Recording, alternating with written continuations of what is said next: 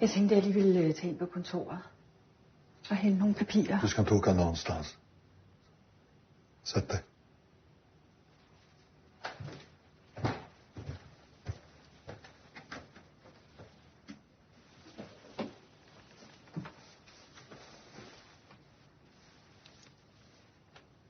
Jag pratade med Gustav. Han berättade för mig att han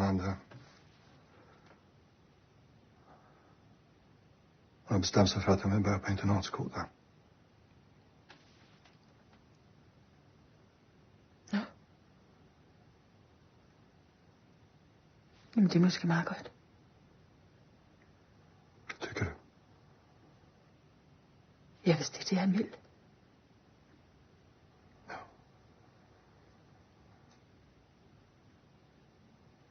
Jag berättade för honom att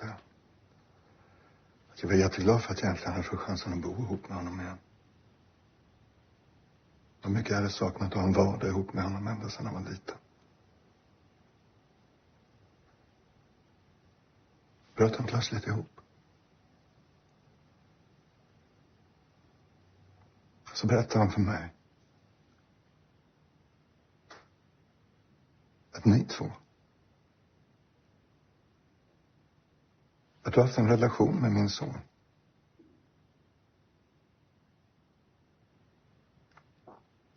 Ja.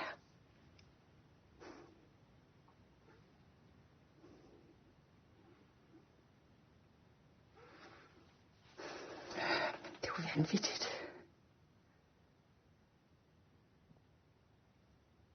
Det tror du vel ikke på? Just nu så vet jag faktiskt inte vad jag ska tro. Varför skulle han berätta det för mig om det inte var sant? Synes du ikke, det er indlysende? Opmærksomhed derfor.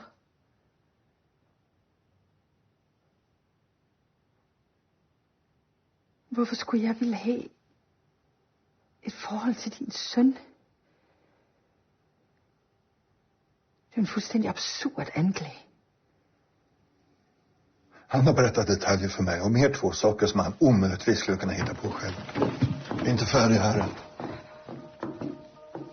Jeg har fundet mig i så meget fra ham.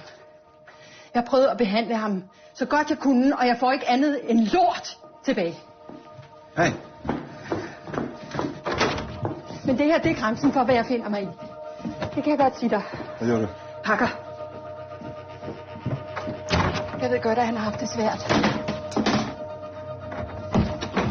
Og jeg ved godt, at han har lært at hade mig, siden han var helt lille. Fordi jeg stjal hans far fra hans mor. Jeg forstår også godt, hvis han vil straffe mig for det, der er sket. Men det her, det er decideret sygt. Du, snälla, kan du sluta?